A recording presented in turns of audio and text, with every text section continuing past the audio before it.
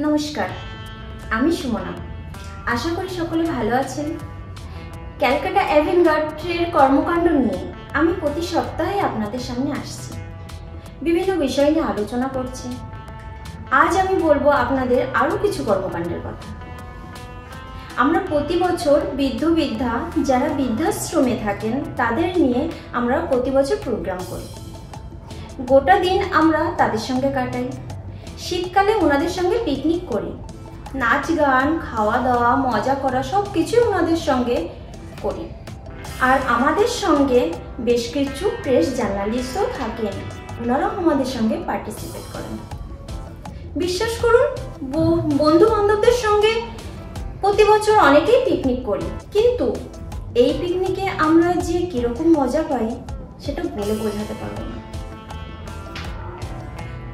আমাদের সঙ্গে হই হই করতে করতে হঠাৎ করে দেখতে পাই ওই সব বৃদ্ধ বৃদ্ধাদের চোখের কোণে জল চিকচিক করছে।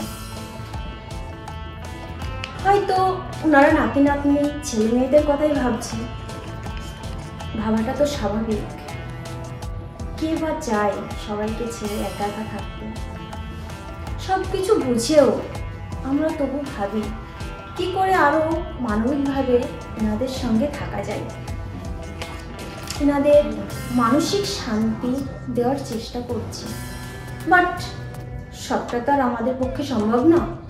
তবুও ক্যালকাটা অ্যাভেনগার্ডের সীমিত সমস্যার মধ্যেও চেষ্টা করে চলেছে। আপনাদের সহযোগিতা পেলে সেটাও সম্ভব।